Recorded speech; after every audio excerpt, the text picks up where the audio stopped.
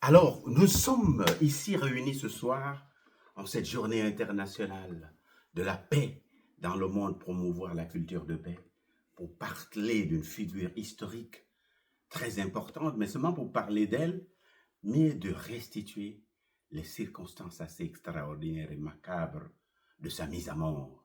Je veux parler de Ruben Umniobe, martyr de la liberté, l'épopée de ce héros sacrifié par le colonialisme, comme un appel posthume à la jeunesse camerounaise, à la jeunesse africaine, à la jeunesse progressiste en Europe, en Amérique, un peu partout, en Asie, héritier de la grandeur, porteur de l'espoir.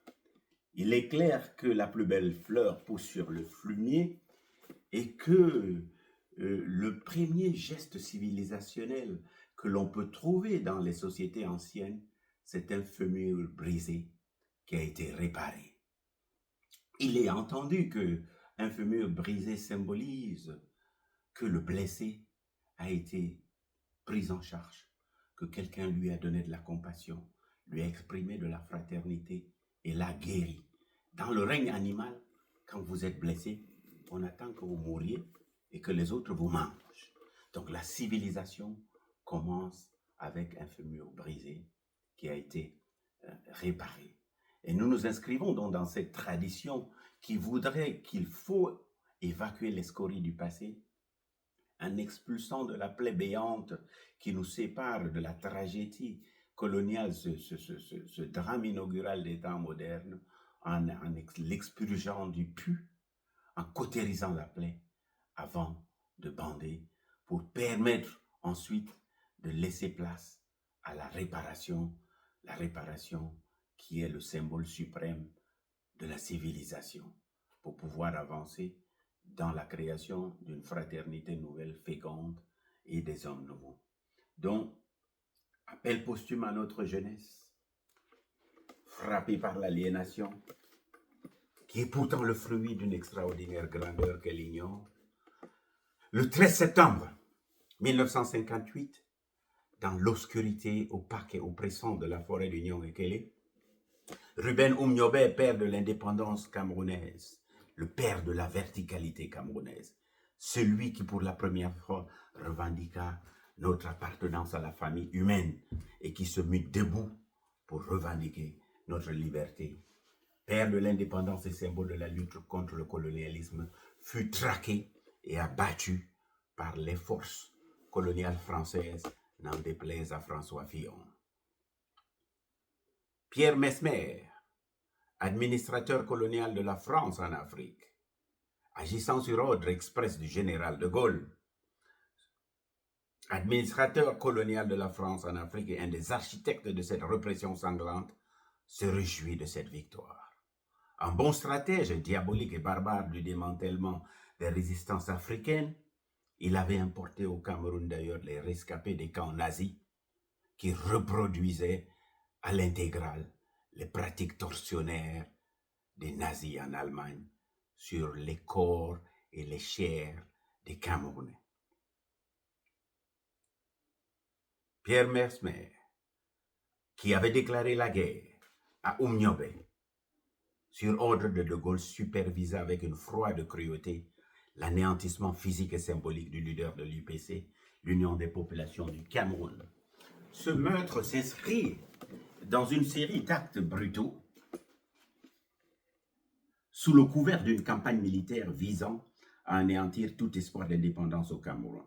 Lorsque le tir retentit, frappant Umniobe dans le dos, ce dernier était désarmé, porteur seulement de son cartable, dans lequel se trouvaient ses songes et l'ensemble de ses écrits.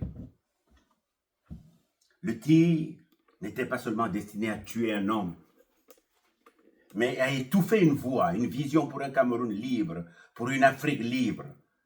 Cependant, la violence ne s'arrêta pas à sa mort. Il s'agissait de tuer le cadavre. Comme dit le saltimbanque, le cadavre devait mourir. Celui qui avait désorganisé la colonisation, sa mort devait servir de réparation à l'ordre colonial. Alors les soldats français et leurs affidés locaux, dans un dernier acte de cruauté, traînèrent son corps à même le sol, sur des kilomètres de pistes boueuses. Il pleuvait abondamment ce jour-là, à travers les marécages et les forêts sombres. Le corps de celui qui avait défié l'ordre colonial fut supplicié. Son visage, ce symbole de résistance, fut lacéré par les racines et les pierres, son corps déchiqueté par la violence du sol et des hommes, perdant peu à peu sa forme humaine. Ce visage, autrefois lumineux, fut transformé en un amas informe de chair, boursouflé, méconnaissable, réduit en un état qui rappelait la volonté coloniale de déshumanisation. Les archives, notamment celles examinées par l'historien Achille Mbembe, révèlent avec une froide précision l'ampleur de cette barbarie. L'objectif colonial était clair, anéantir non seulement l'homme, mais aussi tout ce qu'il représentait. Oumniobé, dont la stature politique avait marqué son époque et qui s'était exprimé avec force devant les Nations Unies, devenait ici un corps sans forme, traîné, humilié, exposé dans le village de Lyon sous la pluie battante. Les villageois terrorisés furent contraints par les forces coloniales d'insulter le corps de celui qui, de son vivant, avait réclamé la dignité et la liberté pour tous. On leur ordonna de cracher sur le cadavre, de le défier, d'inviter l'homme qui avait porté leur espoir à se lever encore une fois. Lève-toi si tu es un homme, toi qui disais que tu étais le prophète. Et ils crachèrent sur lui encore et encore. Et ils l'insultèrent encore et encore. Il était mort, défiguré, déshumanisé, désacralisé, piétiné dans sa dignité, comme pour le renvoyer dans la nuit noire de l'innommé où il ne serait strictement plus rien. L'horreur de la coloniale, puisque vous savez que la coloniale, c'était l'expression quasi quotidienne de la grossièreté, de la barbarie et du grotesque. L'idée de lui trancher la tête et de dissoudre son corps dans l'acide, comme on le fera plus tard, quelques années plus tard avec Lumumba, fut évoquée par les autorités coloniales, avec la sinistre collaboration, comme toujours, de certains Camerounais, dont beaucoup ont des descendants aujourd'hui, que l'on voit partout pérorer. Ces trahisons, tristement, subsistent aujourd'hui sur les plateaux de télévision. Des descendants de ces derniers tortionnaires continuent de minimiser l'héritage de nos légendes, de nos héros, de Oumniobé, contribuant ainsi à prolonger une mémoire dévoyée.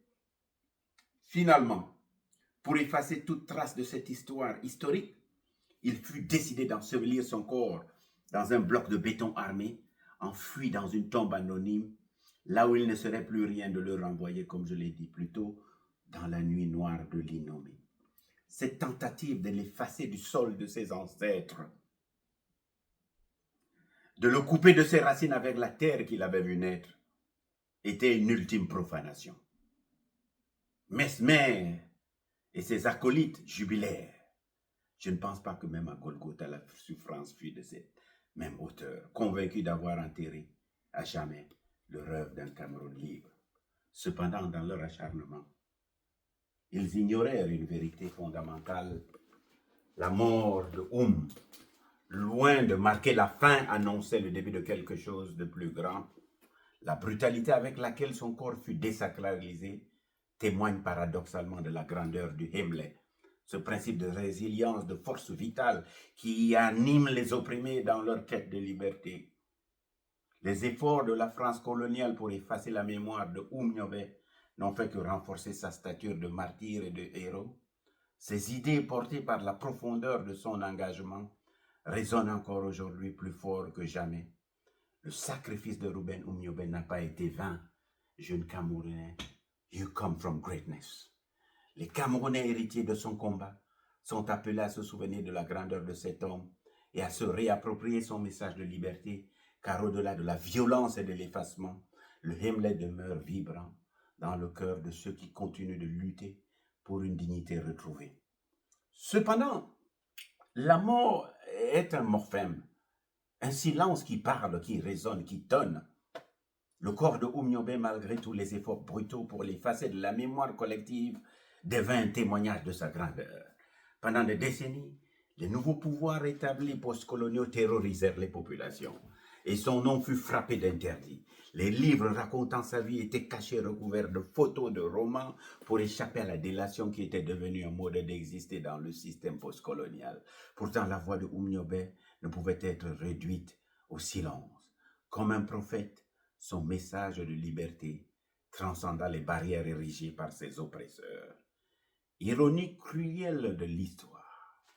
En octobre 1940, c'est ce même général de Gaulle, l'organisateur de cette barbarie, qui était venu à Douala pour solliciter l'aide des Camerounais dans l'effort de guerre contre les nazis.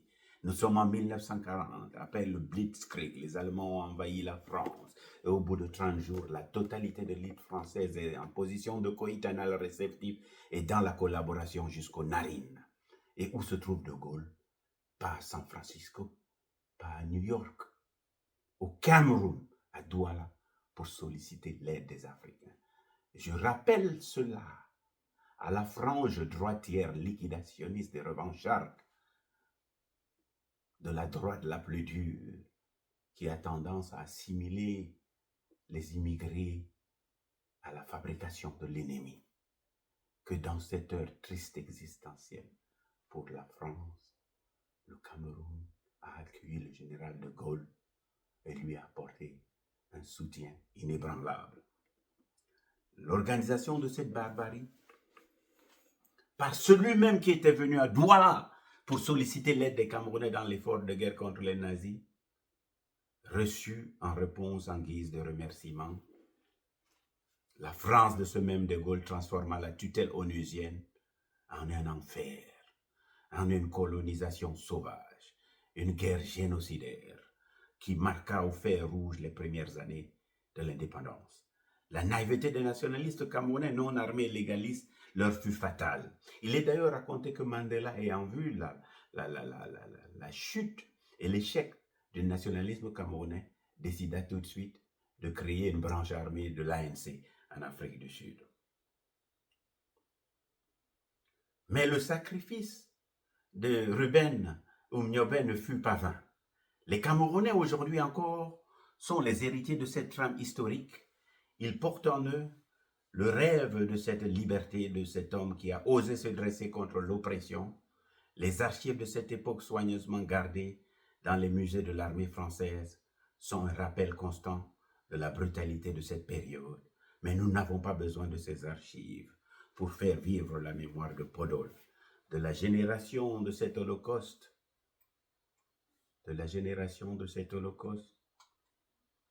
Nous n'avons pas besoin de ces archives, nous n'avons pas besoin de commissions. Quelques survivants nous parlent. Ainsi, nous connaissons l'emplacement des charniers, les noms des martyrs. Les historiens ont fait un travail remarquable. Cameroun, la guerre cachée, les actes des résistants. Mais pour véritablement honorer la mémoire de Oumniobé, étape en cours, les Camerounais doivent se décoloniser mentalement, se réapproprier ce message de liberté et marcher la tête haute vers l'avenir qu'il avait rêvé pour eux. Je pense qu'il est un peu... on devrait faire une petite pause là, avec un Bourgogne Haute-Côte de Nuit, qui est tout à fait le bienvenu et qui doit sceller la marche. J'aime beaucoup le vin, non pas parce qu'il a été consacré par un juif palestinien qu'on appelait autrefois Jésus, qui le consacra comme l'élément central de convivialité et de fraternité à table, mais celui-ci particulièrement a une couleur intense, aux arômes de framboise et cerises sur sa belle jeunesse. Je crois qu'il partira sur des notes de réglisse avec le temps. Haute-Côte de Nuit parce que c'est... Je vais faire un flagrant délit de Cabécou et de Chabichou. Hein.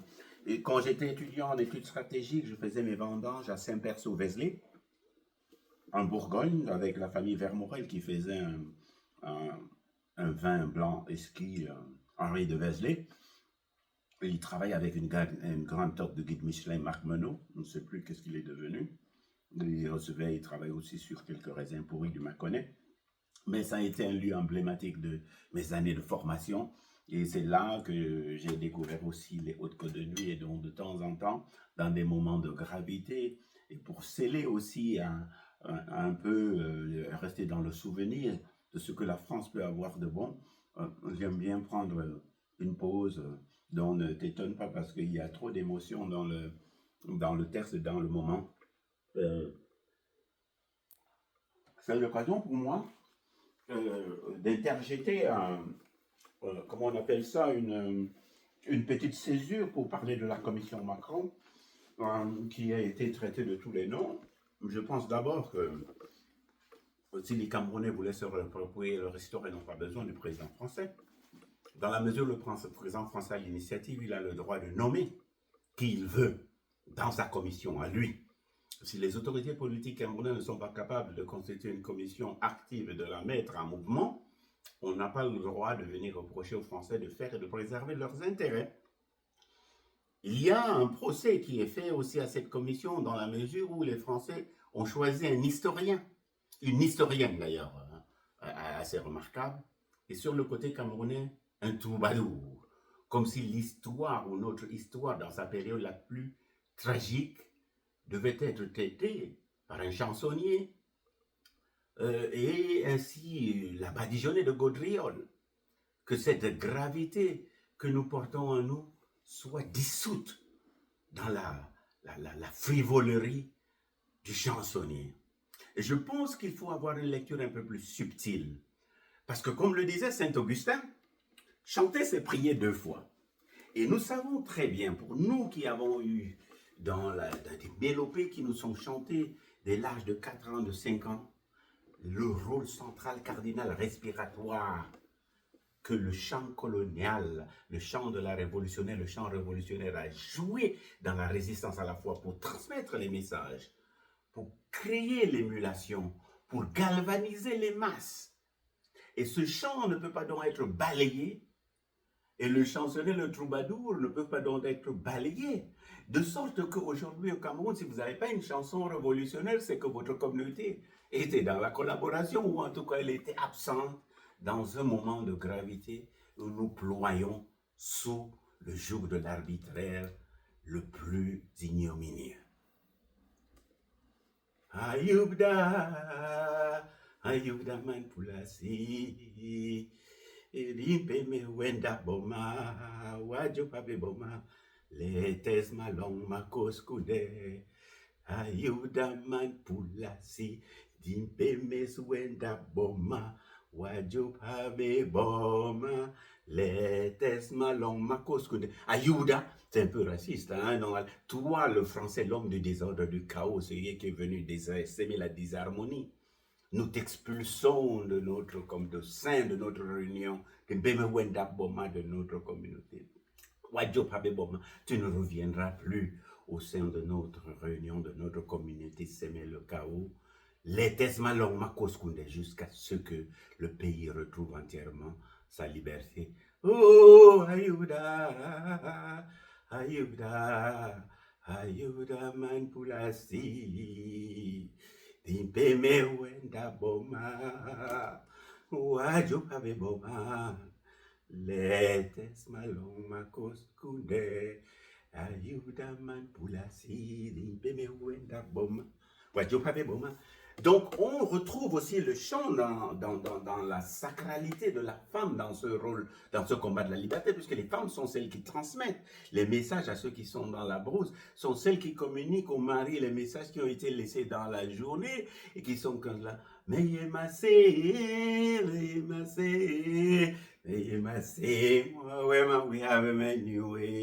suis heureux, je suis comblé, parce que ma femme me fait honneur, elle ne me fait pas honte. Donc, écarté d'un revers de la main, la chanson, sans comprendre les ramifications cardinales respiratoires solides qu'elle a jouées dans la conquête de la liberté, est un peu une erreur de mon point de vue, même si je pense que la responsabilité des autorités camerounaises est de créer eux-mêmes des vraies commissions et de se livrer à la reconquête de leur propre histoire sans avoir à critiquer le pauvre Macron qui s'en mêle les pinceaux dans un coup d'État qui ne dit pas son nom en France aujourd'hui, encore qu'il aurait pu s'inspirer de ses pères africains avant de se lancer dans cette malheureuse aventure. Donc, nous avons aujourd'hui une situation extrêmement tragique, c'est-à-dire que en 70 ans, le Cameroun n'a pas été capable de produire un seul député avec la jugeote de se saisir à bras le corps de cette histoire. L'emplacement physique de l'Assemblée nationale du Cameroun se trouve en face d'une absurdité historique, le lycée Leclerc, c'est-à-dire la célébration de ceux qui ont frappé avec la plus extrême des violences le pays. Et il ne s'est pas trouvé un député pour faire une nano-virgule sur l'incongruité de cette horreur que les législateurs, les faiseurs de loi, on n'imagine pas une telle chose au Sénat à Rome. Pas un seul, en 70 ans, ne se soit demandé quelle est la mesure de l'absurdité dans laquelle on doit s'enfoncer avant de se réveiller. Que des cheffaillons, la bave aux lèvres, les veines gorgées de sang, s'en vont détruire la stèle de Oumiopa Douala. Au moment même où il lèche les pieds de Leclerc, là où Douala Mankabel est mort. Là où devrait trôner un Camerounais. Que des Camerounais intelligents sont allés à l'école. Pharmaciens reviennent et ils ont des pharmacies de Gaulle. On doit se rendre compte de la profondeur de l'émasculation, de la stature et de l'humanité du Camerounais, qui a été complètement broyé, dévoyé. Un peuple confus, qui est une juxtaposition de communautés, qui n'est pas encore une nation. Et c'est pour ça que le message de Oum est tellement important que, à travers cette pause de Chabichou et de Kabiko, nous pouvons dire des choses avec gravité, avec solennité, avec humilité, pour construire les passerelles d'une humanité nouvelle avec ceux qui hier ont été porteurs de la violence. En anglais, nous disons assez souvent, there is no justifiable resentment. On ne peut pas se reconstruire dans le ressentiment, dans la revanche, dans la haine, dans la vengeance. Mais nous avons aujourd'hui la possibilité de débarrasser notre histoire de ces scories, de planter le décor pour un départ nouveau, afin d'utiliser un langage nucléaire, puisque c'est ma spécialité de propulsion en avant. Mais pour véritablement honorer la mémoire de Ruben Oumiobe, étape en cours, les Camerounais doivent se décoloniser mentalement. Se réapproprier ce message de liberté et marcher la tête haute vers l'avenir qu'ils avaient rêvé pour eux. Ruben n'est pas mort, il est devenu un héros. H-E accent aigu R-O-S, un héros H-E accent aigu R-A-U-T du peuple dont la voix résonne encore, plus puissante que jamais. Ayubda man pulasi, impeme wenda boma, wajo pabe boma, letes malong makos kunde. Peace en cette journée internationale de la paix et de la concorde à travers le monde. Hashtag My Dreams of Cameroon. Cameroun Inkela. Cameroun Inkela. On est à Rockville aux États-Unis. Et c'était ce message de paix, de mémoire, destiné à nos enfants, à nos jeunes, pour qu'ils n'oublient jamais qu'ils viennent de la grandeur. Qu'ils n'oublient jamais qu'ils viennent de la grandeur. Wajo pabe boma, les tesma long makos kunde, Inkela. Merci.